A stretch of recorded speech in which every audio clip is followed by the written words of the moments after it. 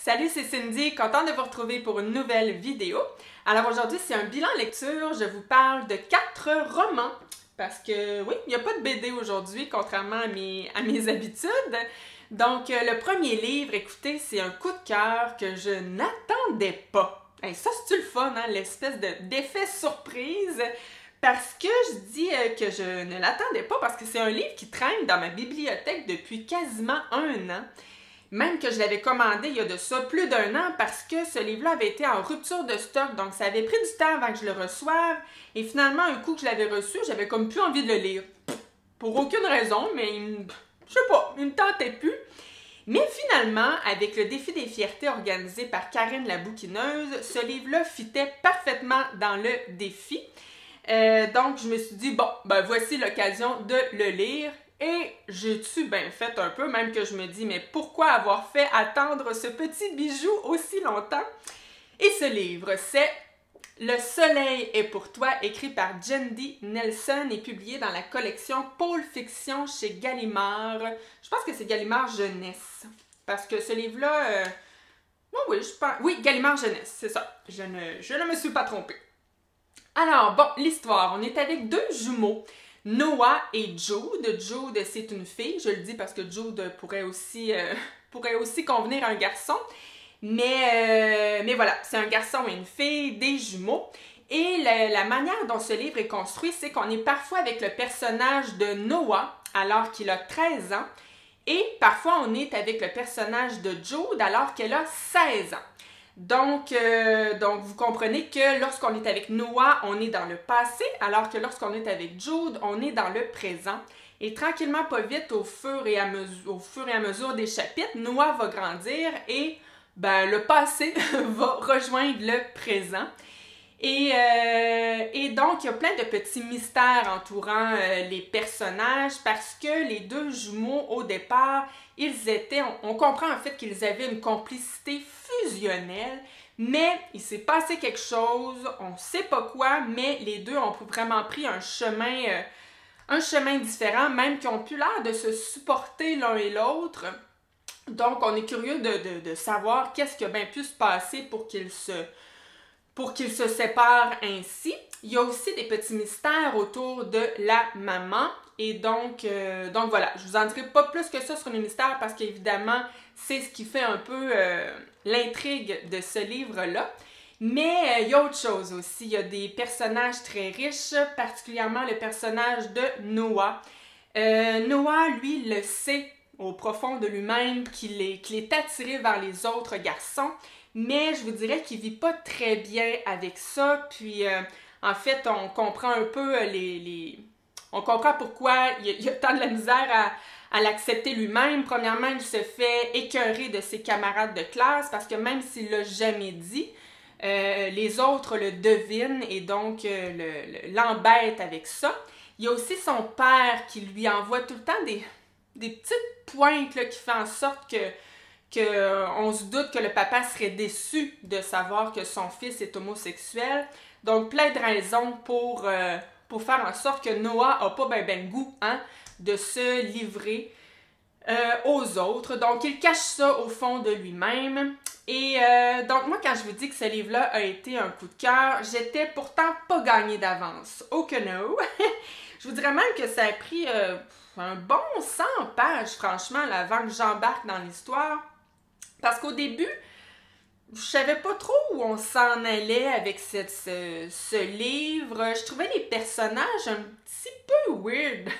Dans ce sens où les deux jumeaux ont des petites habitudes de jumeaux un peu bizarres, là. Puis le personnage de Jude aussi, elle parle aux morts. Elle parle à sa grand-maman qui est morte, entre autres.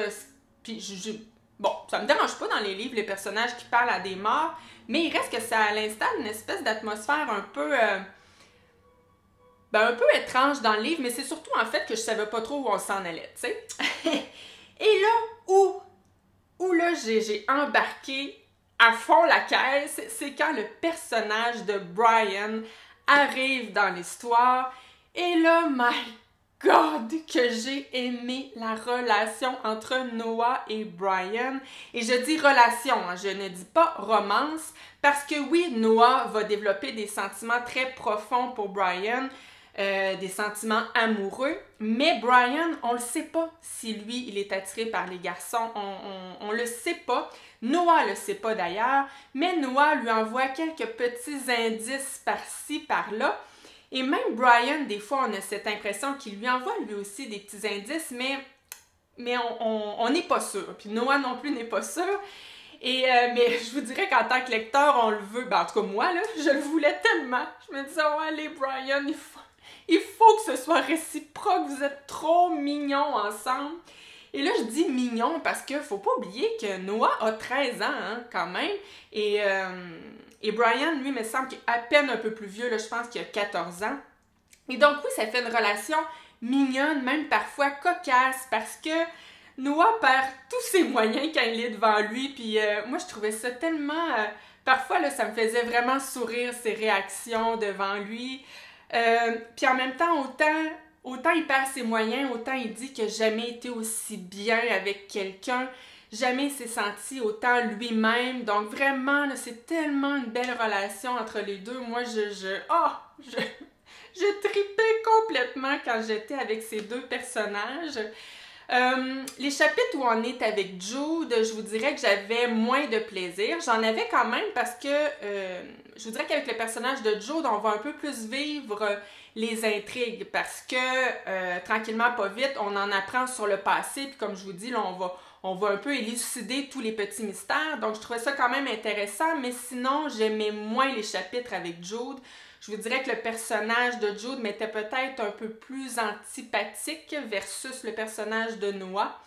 Et il y a aussi une petite romance entre Jude et un autre personnage. Et là, je trouvais qu'on était plus dans la petite romance commune, qu'on retrouve souvent dans les young adults. Donc, une belle petite romance. Je dis pas que c'était pas bien, mais c'était beaucoup plus... c'était plus du déjà vu. Je pourrais dire ça comme ça. Et donc voilà, je trouvais vraiment là, que l'écriture là, pour décrire la relation entre Noah et Brian, je la trouvais vraiment très bien. Je trouvais tellement que ça décrivait bien une romance d'adolescence. Je trouvais aussi qu'elle... en tout cas, je pense là, qu'elle captait bien ce que ça peut être de vivre avec... ce sentiment-là de devoir cacher quelque chose, mais en même temps, tu sais, là, quand tu veux que ça sorte, là, mais t'as peur des conséquences, je trouvais aussi que en tout cas, moi, je trouvais qu'elle le décrivait très bien, l'autrice. Puis c'est ça, les petites intrigues sont réussies. Moi, ça me donnait le goût de tourner les pages, ça me donnait le goût d'en savoir toujours plus, ça me donnait le goût de me rendre à la fin. Bref, j'ai adoré ce livre, hein? Je l'ai adoré. Que dire de plus? Prochain livre que j'ai lu, et là, on s'en va complètement ailleurs, c'est Le Tatoueur d'Auschwitz, écrit par Heather Morris et publié chez City Éditions. Alors, c'est un livre qui a connu un énorme succès, puis je sais que la majorité des lecteurs l'ont beaucoup apprécié. Et moi, c'est drôle, hein? J'ai trouvé ce livre-là, je ne l'ai pas trouvé plate, là, mais je l'ai trouvé quand même moyen. Et c'est presque gênant à dire, hein, parce que c'est la vraie histoire de Lael. Et c'est pour ça que je vous dis que c'est gênant, d'autant plus que son histoire est vraiment bouleversante. Mais en fait, c'est pas l'histoire que je n'ai pas aimée dans ce cas-ci, c'est l'écriture que personnellement, je n'ai pas trouvé extraordinaire et je vais vous expliquer un peu pourquoi. En tout cas, je vais tenter de le faire. Mais premièrement, l'histoire. Alors ici, comme je vous disais, c'est l'histoire de Lael. Lael va être prisonnier d'un camp nazi, le camp d'Auschwitz. Donc, on est dans la Seconde Guerre mondiale. Et il va faire la rencontre de Gita dans ce camp. Et vraiment, il va tomber... dès le premier regard, il va tomber follement amoureux de cette femme-là. Et donc, ils vont réussir à développer une histoire d'amour au travers de toute cette horreur. Parce que, voilà, il n'y a pas d'autre mot pour dire... pour décrire ce camp, c'est l'horreur. C'est effrayant, tout ce qui se passe dans ce camp, c'est bouleversant. Et donc voilà, c'est ça l'histoire. Bon, là, pourquoi j'ai, moi, de mon côté, trouvé ça moyen, c'est la densité, la profondeur au niveau des personnages et au niveau de leur histoire d'amour. Parce que tu sais, je vous dis tout le temps, moi, que l'histoire d'amour qui démarre dès le premier regard, j'ai bien de la misère avec ça.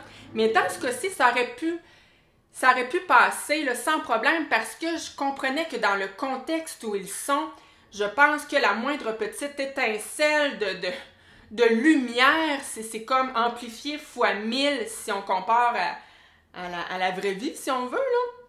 Donc, oui, j'aurais pu y croire complètement. Ben, c'est pas que j'y ai pas cru à leur histoire d'amour, là. C'est une histoire vraie, franchement, là. Ça serait bizarre de dire, ah, j'y ai pas cru. Hey, chose, c'est une histoire vraie, là, tu sais. Fait que non, c'est pas que j'y ai pas cru, mais c'est que je trouvais tellement qu'il y avait une grosse lacune au niveau des descriptions, au niveau ben, c'est ça, de nous décrire toute l'histoire d'amour qui s'installe, tous les sentiments qui s'installent. Tu sais, juste un exemple, à un moment donné, dans un passage, ils vont faire l'amour, puis j'ai comme fait un méga saut quand on était rendu là. Moi, j'avais comme l'impression que ça faisait 2-3 fois qu'ils se croisaient puis qu'ils échangeaient quelques mots. Puis là, tout d'un coup, j'ai comme eu une révélation pour dire « Oh, OK, attends un peu, là, c'est rendu... on est rendu plus loin, là, je pense. » Puis même à la fin du livre, j'ai compris qu'ils vont avoir une relation quand même qui va durer 3 ans de temps dans ce camp-là en question. Et moi, j'avais cette sensation-là que leur histoire d'amour avait duré 5 jours. Vraiment, là, je trouvais tellement il manquait tellement de détails, là. J'aurais voulu, moi, sentir toutes les émotions de cet amour qui s'installe, du fait que c'est ce qui les tient en vie, hein, parce que, comme je vous dis, autour d'eux, c'est l'horreur, donc ils se rattachent à ça, là, comme si, ben pas comme si, c'est la seule chose à laquelle ils peuvent se rattacher, et j'aurais voulu sentir ça! Et, moi, j'ai pas trouvé qu'on le sentait. Fait que oui, j'ai trouvé, puis moi, je vous dis souvent là, que j'aime ça quand je ferme un livre, puis que j'ai cette sensation-là de presque connaître les personnages, un peu comme si je les avais réellement rencontrés dans la vie. Et ici, j'ai fermé le livre, puis j'ai pas cette impression de connaître Lael et Jita. Tu sais, quand je vous dis que je trouvais qu'il manquait vraiment des détails autour des personnages et autour de leur histoire d'amour, ben moi, c'est ce que j'ai ressenti. Écoutez, là, je pense que je suis peut-être la seule, parce que comme je vous disais, tout le monde a adoré ce livre. Par contre, quand tout le contexte sur le camp, parce que oui, on va voir toutes les horreurs qui se passent dans ce camp, et oui, c'est dur, c'est bouleversant, mais ça, j'avoue que c'était réussi. Là, à ce niveau-là, je me sentais là-bas, puis j'avais mal pour eux, j'avais mal pour tous les personnages, tous les gens qui étaient présents dans ce camp-là. Et ça, j'avoue que c'était vraiment réussi. Là, on est vraiment imprégné à ce niveau-là. Donc moi, de mon côté, c'était la faiblesse de l'écriture autour des personnages et de leur histoire d'amour, mais tout le reste, là, tout le contexte historique, si on veut, qui est dans ce livre. À ce niveau-là, je trouvais, oui, que c'était réussi et évidemment que c'est absolument bouleversant à lire. Mais voilà, pour moi, ça a été moyen, mais je suis certaine que si vous avez envie de lire ce livre-là, ça pourrait franchement être un gros coup de cœur pour vous. Donc, ne vous arrêtez pas, à mon avis, hein? Jamais, ne faites jamais ça. Mon Dieu, que je passe il n'y a aucun lien entre tous les livres que je vous présente. Parce que là, on va passer à un livre d'épouvante, un livre d'horreur. Et ce livre-là, c'est Jack et le haricot magique, écrit par Vic Verdier, dans la collection Les Contes interdits aux éditions Ada. Donc, pour ceux qui ne connaissent pas la collection Les Contes interdits, on reprend un vrai conte et on le modifie pas mal, là, quand même. Et on en fait une histoire d'épouvante. C'est souvent des livres avec beaucoup, beaucoup de violence, des livres très noirs. Donc, si vous aimez pas le genre, ne lisez pas les contes interdits, hein, je vous le dis. Et donc, ici, ben, l'histoire, on est avec Jack. En fait, il s'appelle Jacques-André, mais on l'appelle Jack dans le livre. Et il va semer la petite graine, hein, j'essaie de faire le lien avec le vrai conte Jack et le haricot magique. Alors, la petite graine qu'il va semer, c'est en fait un algorithme informatique qu'il va créer et il va se faire piquer cet algorithme-là par le géant Verdier. Et grâce à cet algorithme, le géant Verdier va bâtir un empire. Hein? Vous voyez le lien avec hein, l'espèce de... Comment ça s'appelle dans le vrai conte? Là, c'est quoi qui pousse donc? Je sais plus c'est quoi, mais en tout cas, dans cette histoire-là, le géant Verdier va monter une espèce d'empire, pas financier, là, mais l'algorithme va créer un énorme succès, puis là, il y a un gros gratte-ciel qui va être bâti, puis d'ailleurs, le géant Verdier habite dans le penthouse, tout en haut de ce gratte-ciel. Hein? Bon, c'est pas mal là que s'arrêtent les liens avec le conte. Parce que sinon ce livre-là, c'est un peu une histoire de vengeance parce que Jack va vouloir se venger du géant Verdier, mais c'est un tout petit livre hein, quand même, là, il fait même pas 200 pages, fait que j'ose pas vous en dire plus que ça. Mais voilà, il va y avoir une petite intrigue autour de ça, à savoir qu'est-ce que Jack va faire pour se venger. Alors, ce livre-là, franchement, j'ai été agréablement surprise. Bon, on est loin du coup de cœur quand même, mais il reste que j'en garde un bon souvenir. Ça fait quand même un bon petit bout que je l'ai lu.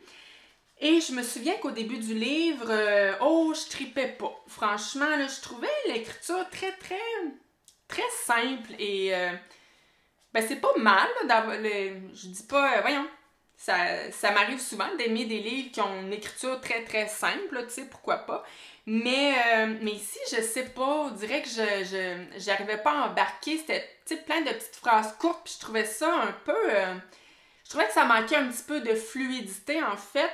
Et il y a aussi le fait qu'au tout début du livre, on va se promener quand même entre le passé et le présent, on va se promener aussi entre les différents personnages. Et j'étais peut-être j'étais un petit peu mêlée, mais en même temps, est-ce que j'étais vraiment mêlée ou c'était juste que j'avais pas l'intérêt? Puis dans ce temps-là, on dirait que j'ai de la misère à focusser, si on veut, sur l'histoire. Donc, c'est ça, j'étais pas toute là au début. Et finalement, à un moment donné, ce que je pourrais dire, c'est que tout ça, c'est la mise en contexte. Parce qu'après, on va être vraiment juste avec Jack, ou en tout cas presque juste avec lui, et on va arrêter de se promener entre le passé et le présent, et là, on va être vraiment plus dans l'histoire, comme je vous disais, cette histoire de vengeance. Et là, vraiment, quand je vous dis que ça m'a surpris, là, j'ai embarqué complètement à partir de là. Il n'était pas question que je laisse ce livre-là. Je voulais savoir ce qui allait arriver, je voulais voir ce qu'il allait faire, le personnage principal, et vraiment, j'ai filé ça jusqu'à la fin avec bonheur. Puis l'écriture ne me dérangeait plus. Au contraire, même que après coup, j'avais une toute autre opinion parce que oui, l'écriture demeure simple, mais elle est quand même percutante, tu sais. Puis je trouvais qu'elle fitait très bien avec le style de l'histoire. Donc finalement, là, j'ai rien à redire sur l'écriture de Vic Verdier. Donc oui, si vous aimez les histoires, là je vous préviens, là, il y a beaucoup de violence, ça va de soi, on est dans les contes interdits, et moi j'aime pas la violence gratuite, là, tu sais, des bouts dégueux violents, juste pour le fun de mettre des bouts dégueux violents, puis si ça sert pas à l'histoire, je n'aime pas ça, mais dans ce cas-ci, peut-être que des fois ça frôle un petit peu quand même, là, mais il reste que je trouvais que ça servait à l'histoire parce qu'on voit tout ça nous aide à comprendre tout le... Voyons, c'est parce que j'ai horribilité dans la tête, mais je sais que ce mot-là n'existe pas.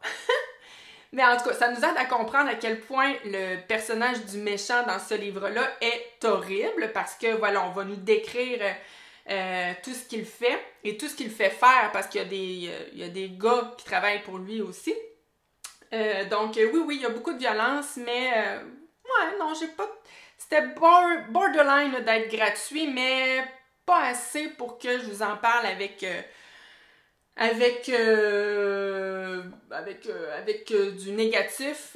Non, c'était quand même bien. Fait que franchement, si c'est le genre d'histoire que vous aimez, puis que vous aimez les petits livres qui fonctionnent, hein, c'est un livre qui se lit très rapidement et qui est, oui, il est réussi, je dois dire. Maintenant, le dernier livre que j'ai lu, c'est ma méga brique. Je vous le dis, là, c'est quasiment dur de le... Bon, j'exagère, mais il est pesant. Alors, ce livre-là, ben, écoutez, c'est ça que je pense, c'est ce que j'avais écrit sur mon compte Instagram. Le miracle s'est produit. Oui, les amis, il s'est produit un miracle parce que j'ai terminé une série. Oh! Parce que oui, ce livre-là, c'est le 4e tome de la tétralogie du cimetière des livres oubliés écrit par Carlos Ruiz Zafón. Et ce dernier tome, ben, c'est le labyrinthe des esprits publié chez Actes Sud. Et pourquoi je dis miracle? C'est parce que moi, je commence plein de séries, mais je ne les finis jamais. Et c'est pas parce que c'est pas bon, c'est juste des fois que... À un moment donné, on dirait que je me tanne et j'ai le goût de me lancer dans d'autres choses, tout simplement. Et ce que de plus étonnant, c'est que cette série-là, je l'ai commencée cette année. Donc, commencée et finie dans la même année. Wow! Je pense que c'est du jamais vu avec moi. Bon, je peux vous dire l'histoire parce que, oui, c'est une tétralogie, mais chaque tome a sa propre histoire. Ce ne sont pas des suites directes. Même si on retrouve toujours les mêmes personnages, des fois, il y a des nouveaux personnages qui se greffent à l'histoire, mais on va toujours quand même retrouver les personnages des tomes précédents. Bref, il n'y a pas de problème à ce que je vous dise l'histoire. Alors, cette histoire en question, ben, on est avec un nouveau personnage, le personnage d'Alicia Gris, qui est une espèce d'enquêtrice privée. Elle travaille pour un personnage quand même assez mystérieux. Là. On ne sait pas trop exactement pour qui elle travaille, mais bon, ça semble un truc privé. Là. Elle n'est pas une enquêtrice de police, OK? Et donc, par contre, elle va faire équipe avec un policier qui, lui, est un personnage qu'on voyait dans le... Si je me souviens bien, c'était le tome 2. Il s'appelle Vargas, et j'adorais ce personnage d'ailleurs. Et donc, ils vont faire équipe pour retrouver un ministre de l'Éducation, si je me trompe pas, et qui s'appelle... je me souviens plus quoi. Hein? Bon, pas grave. Hein, les noms, je les oublie tout le temps, mais de toute façon, c'est pas ça qui va vous... c'est pas ça qui est intéressant quand on fait un résumé de livre anyway. Et donc voilà, ils vont faire enquête pour retrouver ce ministre-là en question.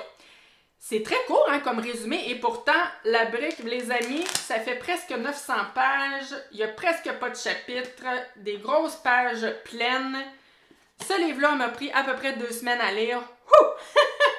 Oui, c'était quand même quelque chose, mais j'ai bien aimé ça. J'ai bien aimé ça. My God, cet auteur écrit bien. La densité autour des personnages merveilleuse. La densité autour de l'atmosphère. On est en Espagne, on se sent en Espagne, à Barcelone. Et toute la densité aussi autour de l'histoire. Si vous n'aimez pas les histoires où il y a beaucoup de détails, ben ne lisez pas ce livre. Mais si au contraire vous aimez les romans d'aventure qui ont de la viande autour de l'os, là, ben tabarnouche que cette série-là est pour vous. Moi, le plus gros plaisir que j'ai eu avec ce livre-là, c'est de retrouver tous les personnages des tomes précédents parce que c'est une genre d'histoire tentaculaire. Tu sais, oui, il y a l'histoire centrale, là, cette enquête-là pour retrouver le ministre en question, mais on va aussi retrouver tous les personnages des tomes précédents et chaque personnage a des petits mystères encore l'entourant. Fait que c'était tellement jouissif de retrouver ces personnages-là et de boucler la boucle autour de chacun des personnages, donc de vraiment comprendre toute leur histoire. Ça, c'était trop agréable. Et donc, oui, j'ai adoré ce livre-là. Par contre, je dois dire que Oui, j'avoue que j'ai trouvé ça quand même long, tu sais. Puis là, vous allez dire, ouais, c'est normal, il fait presque 900 pages, mais non, ça m'arrive de lire des livres de 900 pages que j'ai pas cette sensation-là de longueur, tu sais, même que, je pense, entre autres, l'année passée, où j'avais lu le deuxième tome des Filles de Caleb, il faisait presque 900 pages, si mon souvenir est bon, puis je l'ai fini, puis j'en aurais pris encore. Fait que, tu sais, ça veut pas toujours dire. Mais là, ici, j'avoue que je tournais les pages puis je me disais, mais je ne le finirai jamais, ce livre! Mais pourtant, c'est ça, j'y prenais plaisir, mais c'était pas au point, là, tu sais, d'avoir donc hâte de m'y remettre tout le temps. Et je pense tout simplement que c'est parce qu'on n'est pas dans mon genre préféré. Tu sais, moi, des livres d'aventure, de mystère, j'aime ça une fois de temps en temps, là, mais vu que c'est pas mon genre préféré, c'est peut-être pas le genre de livre sur lequel j'ai envie de passer 2 semaines, tu sais, vous comprenez? Mais bref, je suis vraiment contente d'avoir terminé cette série-là. Elle vaut la peine. Si vous vous reconnaissez dans ce genre d'histoire, sautez là-dessus, vraiment, là, c'est de la grande, grande qualité. Donc, voilà. Ça termine mon bilan lecture. Moi, je vous reviens la semaine prochaine avec un autre bilan lecture. Et, tu sais, je vous parlais le premier livre, je l'avais lu dans le cadre du défi des fiertés, donc lire de la littérature LGBTQ+, le défi de Karine la bouquineuse. La semaine prochaine, je vais avoir d'autres livres de ce défi-là à vous présenter et peut-être d'autres livres aussi hors défi. Donc, si ça vous intéresse, ben, je vous invite à vous abonner à ma chaîne. Merci d'avoir été là et à la prochaine. Bye!